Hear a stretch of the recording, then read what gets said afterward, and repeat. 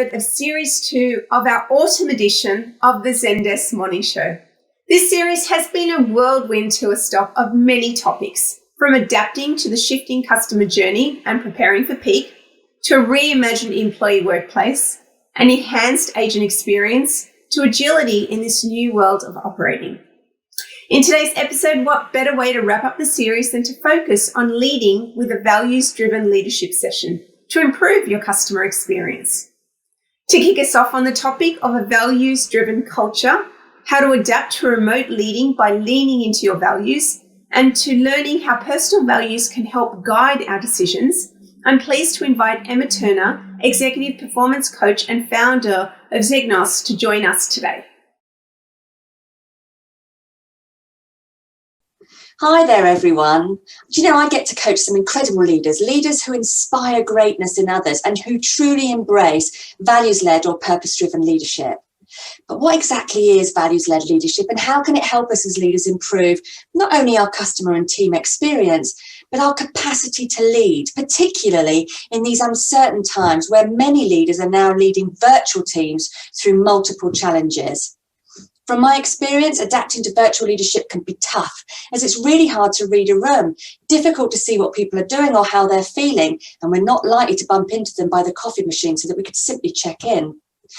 Therefore, in order to lead, support, and ignite our teams and our customers, we need to lean into our values.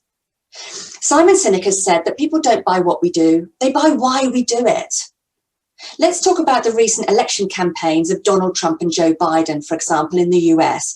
Why did so many people turn out at their rallies, even during this pandemic? Why did a record number of Americans vote this November?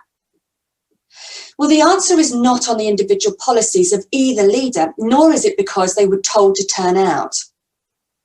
The answer is simply because supporters believed in what either Trump or Biden believed in, and that created a force, a string of emotions that drove people to turn out en masse.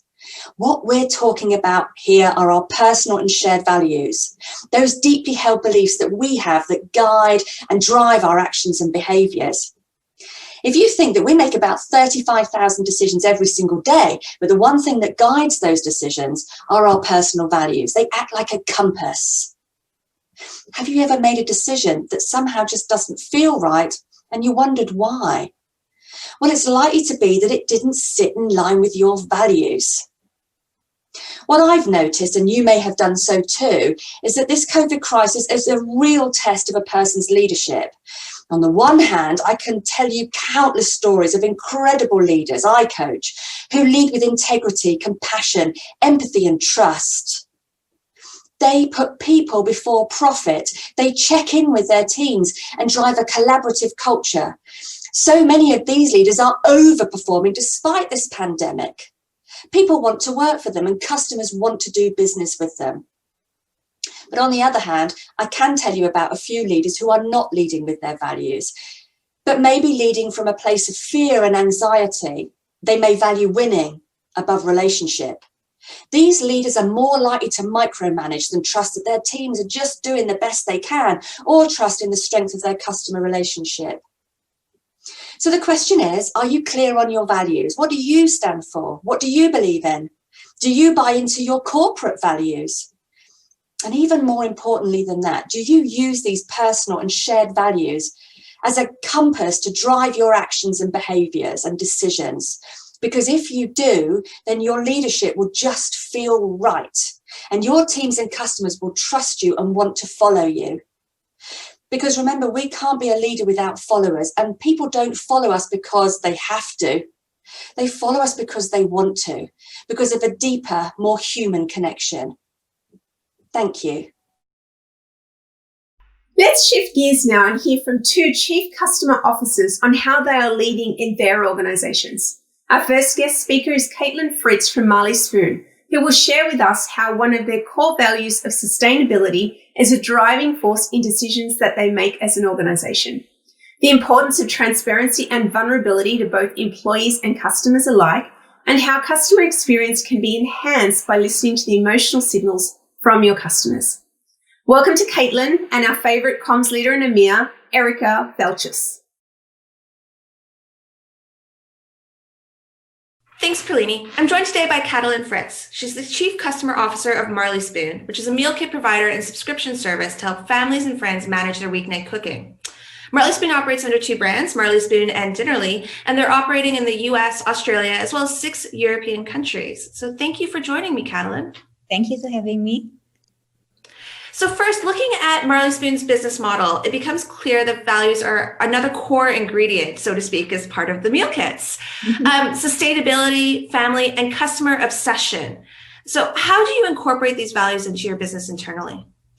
I would say in all possible ways. So let me start with the sustainability. Sustainability is a very core part of our company values. And I would say was one of the main reasons to start the business. So we aimed since day one to reduce the food waste overall in the world, offer great quality food for everyone, regardless is about families or other customer and potential customer groups.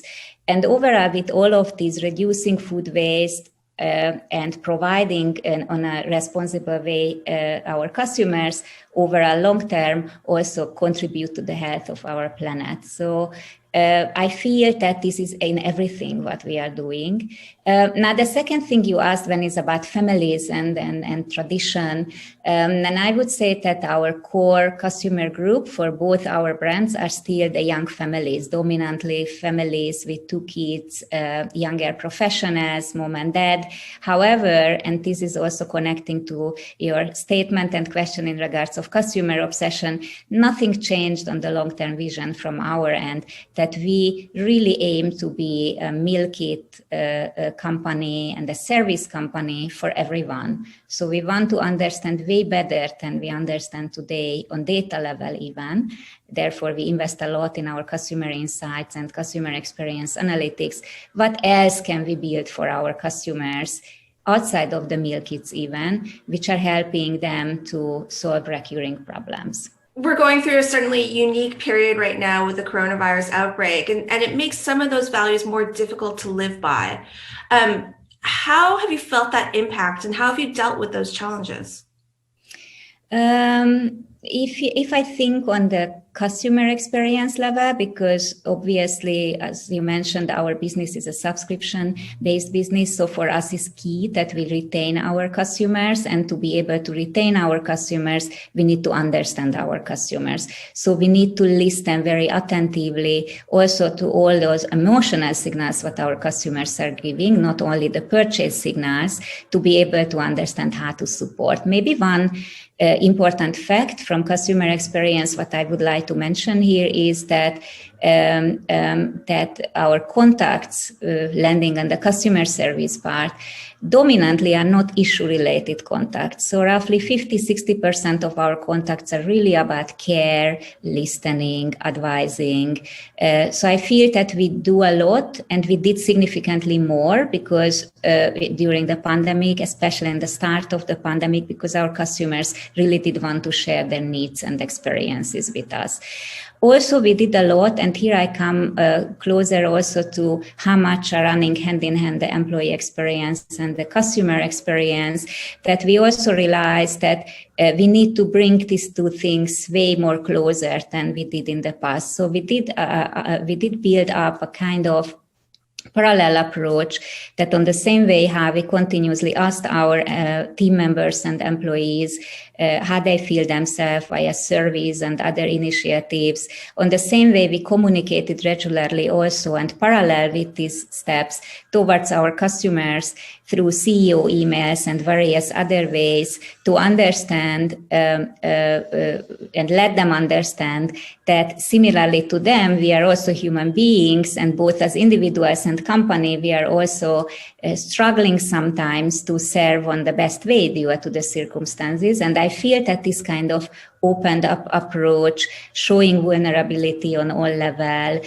asking for teaming up and share our opinions and feelings helped a lot to create trust both externally and internally, and helped a lot to overall to double up our business within a very short period of time. Oh, that's fantastic. And I think probably a lot of our viewers are going through similar challenges during this ongoing pandemic. So are there any key learnings that you can share with them about what has worked particularly well for you to sustain those core values? Marley Spoon, since day one, what I experienced regardless of the pandemic, that is an organization which deliberately is building a high level, I would even say an enormous level of transparency. So a couple of examples, we record our leadership meetings, we immediately share in the organization, we open up on our all hands meetings all about our financials. So I would say in some cases even sensitive data. So since day one, anyone is joining the company can feel that is part of this family, and we are looking on everyone like one of core team member contributing in a way that we are very diverse, but we all have our own specifics. So for sure, everyone could have great ideas how to improve this business better. Now, let me use this word that we maxed out this during the pandemic times, and this is still what we are using and doing, that we build on this high level of trust and ownership and leadership, individual leadership and family feeling. And we enabled our team members to do things what they believe that helps us as an organization to do our best in this pandemic. Well, amazing. Lots of great advice and tips there. So thank you again for joining us, Catalin, and back over to you, Pralini. Thank you, Erica, and thank you, Caitlin, for your openness and sharing what you are doing at Marley Spoon. Our next guest and CCO is someone I've had the pleasure to know and work with for over 8 years now. Pat Phelan and I worked together for a number of years, and a small fun fact, we had another leader who formed our EMEA leadership team whose name was Paul. So the three of us were known as P3 during those years. We even had a logo and all. Since then, Pat and I have stayed in contact, and he's gone from strength to strength and leads by always putting customers first at the heart of everything he and his team does. Today is the Chief Customer Officer at Go Cardless and continues to lead the way in CX leadership, values and delivery. Pat joined us for a live morning show Q&A a few weeks ago, so if you missed it, make sure you check it out on LinkedIn. Today, Pat will be sharing the importance of diversity in an organization and their coined phrase being part of a customer's critical network. Welcome, Pat Phelan, and welcome to our customer success leader, Darren Parker. Thank you, Pralini. My name is Darren Parker. I run customer success in EMEA for enterprise. And I'm pleased to say I'm joined today by Pat Phelan, who is Chief Customer Officer for Go Cardless. Hi, Pat. Hi, Darren. Good to be here.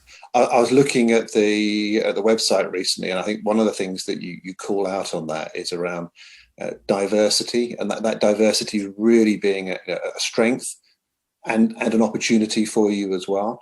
Can you expand on that a bit?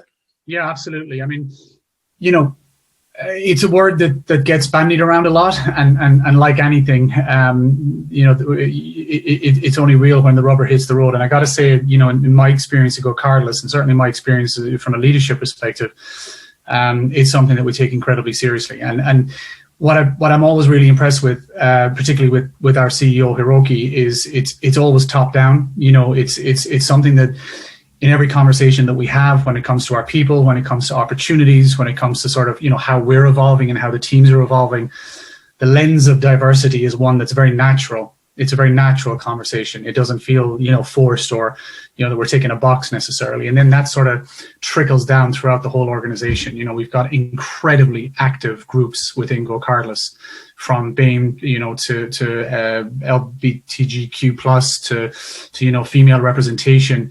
And what I love about it is, again, it's never been something that's actually just there. It's really, really encouraged to be provocative, to sort of educate. I mean, particularly, over the last couple of months, as we've been through some of those horrific incidents in the US, particularly, the teams just have come to the table across the business with some just, incredible, from advice to challenging perspectives to really bringing everybody into the conversation. And I've learned just such an enormous amount over that period, even from a personal perspective. So, there's nothing sort of off the table when it comes to it. We're very committed to it and everything that comes from that. And, I say it myself with my own teams, it really does, as a business, force us to sort of hold a mirror up to our own sort of biases and the way we approach things. And honestly, I'm so impressed with how, the company has sort of tackled that, and we believe in it incredibly. And have you seen any of that change recently? Obviously, with all the changes that the businesses are having to go through right now, and us as individuals, have you seen any focuses change for the individuals of the business around values?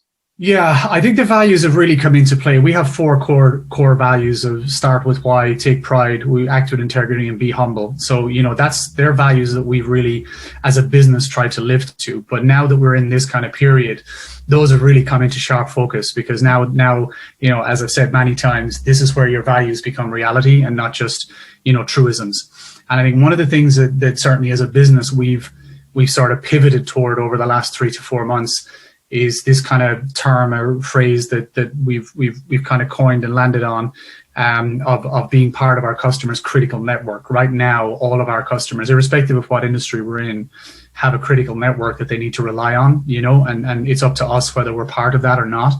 And I think I'm a firm believer in however we act or acted during that period will resonate way beyond, this period. So my kind of guidance to the team was, when we look at our value of be humble and to act with integrity, it's, put yourself in our customers' shoes, really, really forget about the playbook for now, forget about, worrying about things that really don't matter outside of this particular point in time, where we have customers whose, their businesses are on the line, their livelihoods are on the line. And I mean, it's such an emotive topic and an emotive conversation that, it's critical that we are seen as that organization or that part of that network that actually did see them through this, or at least were consistently transparent and replicated the urgency that our customers had ourselves. Mm-hmm. So that's something that I've been really passionate about driving across my org and the company as a whole. And I feel like we've done a pretty good job. We'll never get it right, obviously, all the time, but I think allowing the team to have that as their guiding principle has made a very big difference. I've seen people come out of their shell. I've seen people sort of approach things differently. I've actually seen customer feedback that has moved from being transactional praise to personal praise. Yeah. If that makes sense. So it's about the individual, not the fact that the individual solved the problem. And that's super powerful. Like you can't buy that kind of connectivity. So that's not a deliberate thing in my part, from my side, in terms of I don't care what the outcome is necessarily for go cardless. That's not the priority. The priority is that we get our customers through these times. Pat, thank you so much for sharing your experience with us today. I'm going to head back to Pralini now. Thanks. Pleasure. Thank you, Pat and Darren. Leadership and values go hand in hand. Someone that is at top of her game that leads the way for us at Zendesk, not only with her financial acumen, but her leadership as executive sponsor on many diversity programs at Zendesk, from Mosaic to empowering women in leadership. I'm super pleased and proud to have our CFO and a remarkable trailblazing leader join us today. Please welcome Elena Gomez. Thanks, Pralini, for having me on the final episode of the morning show. I'm flattered to be your final guest. For those of you who don't know me, my name is Elena Gomez. I'm the Chief Financial Officer of Zendesk. I'm also a proud mom of 2 girls. This year has been a crazy year all the way around, super unexpected, of course. And all of us have had to reimagine how we work, how we engage with our employees, how we engage with our customers, etc. And so that brings me back to the topic of the day. When I think about leadership and values and leading an organization in a time like this, I'm reminded of what my friend Jeff Titterton said in the first episode of the morning show. In case you missed it, Jeff talked about 2020 being a year where everything has changed and yet nothing has changed. And this resonates a lot with me because companies that we all know, the companies that have great performance, the companies that we come to love, one thing that they all have in common is they lead with values and lead with a ton of integrity. So what I thought I would do is share a little bit about my values I think about, especially in 2020 as we've gone through just an unprecedented time. And these values are both values in the workplace, but also even in my home that I try to share with my girls. So the first one is being a leader. The second one is around listening and speaking up. And the last one is about being resilient. So being a leader means so many things. And one thing I've learned is leaders definitely emerge in unprecedented times, in times of crisis, in times when a lot is unknown. And so I've been really encouraged by seeing a lot of my own team members and colleagues step in when they wanted to lead. So I would say don't be afraid to lead during this time, especially if you see a gap right in front of you. The other thing I would say that has really been important in leadership is really continuing to be consistent and transparent with both your employees and your customers. The second thing I talked about was listening and speaking up. This year has been another unexpected year around social unrest and social inequality. I don't know that we would have thought that these issues would emerge and become front and center, but they have. And so one thing I've focused on is really listening to my employees and listening in some cases to my customers on these topics that normally you might not bring to the workplace. But after all, work integration is such a part of who we are, especially now that we're all working in our own homes here. And then finally, the last thing is resilience. And we all know that the pandemic is not over. It's not a sprint, and it will be a marathon, probably a very long one. And so one thing I've encouraged my employees and we talk about a lot is our resilience as a company, our resilience as employees, and even our resilience at home.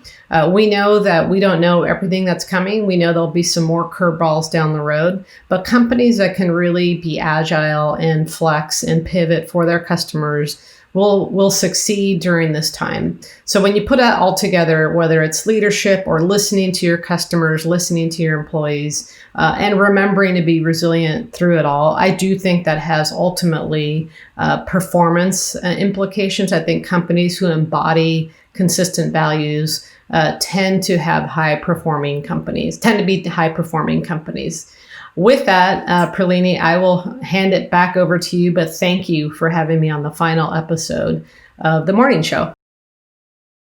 Thank you, Elena. What a great way to end this series. Thank you for joining us this season for our second series of the Zendesk Morning Show. Join us next week for a live Q&A where we'll be joined by guest speakers from the series and provide you with the opportunity to ask your burning questions to our guests. If you missed any of the episodes this season, please do go back and catch up. They're super short, around 20 minutes, short enough not to impact your day and long enough to enjoy a nice cup of coffee and tea whilst you take away some key learnings to help you in your role and your organization. We hope to be back in spring for Series 3, but we'll keep you posted as hopefully our world will return to some form of normality. Until then, take care of yourselves, keep smiling, keep learning, and keep bringing your best to each and every day. Take care.